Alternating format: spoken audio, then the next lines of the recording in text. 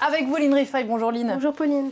Les perspectives de croissance de l'économie française, les perspectives tout court d'ailleurs de l'économie française, s'assombrissent en ce milieu de semaine. C'est vrai Pauline, plus d'inflation, moins de croissance. C'est le constat fait à 2 jours d'intervalle par l'INSEE et par la Banque de France. Avec la guerre en Ukraine et les perturbations liées à l'épidémie de Covid-19 en Chine, la croissance ne devrait pas dépasser les 0,20 à 0,25% au deuxième trimestre 2022. Quant à l'inflation, elle pourrait bien atteindre les 5,4% le mois prochain selon l'INSEE. Une inflation qui accélère d'ailleurs partout ailleurs en Europe. En avril, elle a atteint 7,8% en Allemagne selon le chiffre publié ce matin. Dans ce contexte, la Banque centrale européenne devrait commencer à relever progressivement ses taux d'intérêt dès cet été, selon le gouverneur de la Banque de France, François Villeroy de Galhau.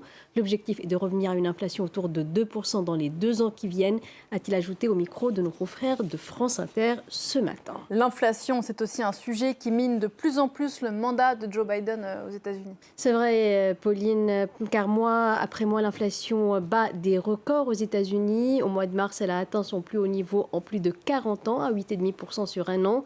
C'est du jamais vu depuis décembre 1981.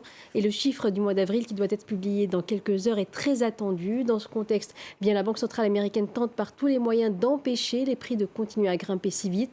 Elle a déjà relevé ses taux d'intérêt à 2 reprises depuis le début de l'année et promet de continuer à le faire au cours des prochains mois. De son côté, le président américain Joe Biden a promis de faire de la lutte contre l'inflation sa plus grande priorité nationale. Et justement, l'inflation aux États-Unis, on continue d'en parler avec Gustavo Orenstein, gérant de fonds chez Dorval Asset Management.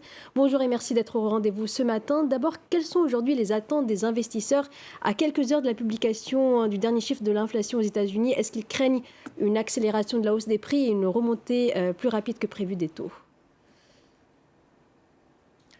Oui, du côté de l'inflation, il y aura une poursuite effectivement de la hausse des prix. Ceci étant, elle devrait plutôt se modérer au fur et à mesure. On s'attend plutôt à des chiffres d'inflation un petit peu plus faibles dans les prochains mois. Là où c'est compliqué, c'est que dans cette inflation aujourd'hui, il y a plusieurs morceaux. Certains morceaux qui sont liés à l'énergie, d'autres qui sont liés au goulet d'étranglement. Et enfin, le morceau qui est le plus gênant pour la Banque centrale, qui est lié à la surchauffe sur le marché du travail. Et donc c'est cette partie du marché du travail auquel s'attaque directement la Réserve fédérale, car elle ne peut pas faire grand-chose, évidemment, contre la partie énergétique ou la partie liée au goulet d'étranglement. Donc on s'attend quand même à ce que notamment la partie énergétique commence à se stabiliser, si évidemment les prix du pétrole notamment se stabilisent, ce qui semble être le cas depuis quelques semaines. Et puis également la partie sur les goulets d'étranglement, où peu à peu on commence à voir quelques améliorations très ténues, mais quand même qui sont là. Donc il ne reste plus que cette partie sur le marché du travail.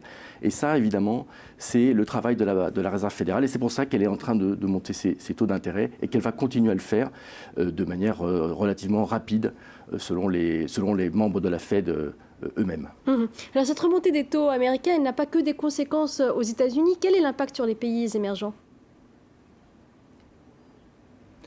Oui, traditionnellement, c'est vrai que les pays émergents sont assez sensibles à ces phases de resserrement de la politique monétaire américaine. Ceci étant, il y a quand même quelques particularités dans la période actuelle. D'abord, beaucoup de pays émergents ont déjà commencé à monter leur taux d'intérêt assez fortement dès 2021. C'est le cas par exemple dans la Banque centrale du Brésil, du Mexique ou d'autres pays dans le monde. Donc beaucoup de pays émergents sont déjà assez avancés dans ce cycle. Et donc il y a un peu moins de fragilité de ce côté-là. Et au contraire, ils sont plutôt en train d'arriver au bout de ce cycle de resserrement. Je crois qu'aujourd'hui, le principal problème des pays émergents reste celui de la hausse du coût des matières premières et notamment alimentaires. Et c'est ça qui probablement aura le plus d'impact et créera le plus de difficultés dans les pays, notamment les moins développés, plus que la politique monétaire américaine qui effectivement est relativement attendue aujourd'hui. Merci beaucoup Gustavo Orenstein pour vos explications. Je rappelle que vous êtes gérant de fonds chez Dorval Asset Management. Et puis quelques mots avant de vous quitter, Lynn, qui ne vont pas nous rajeunir, je crois. Quelques mots d'Apple qui tourne une page, celle de l'iPod.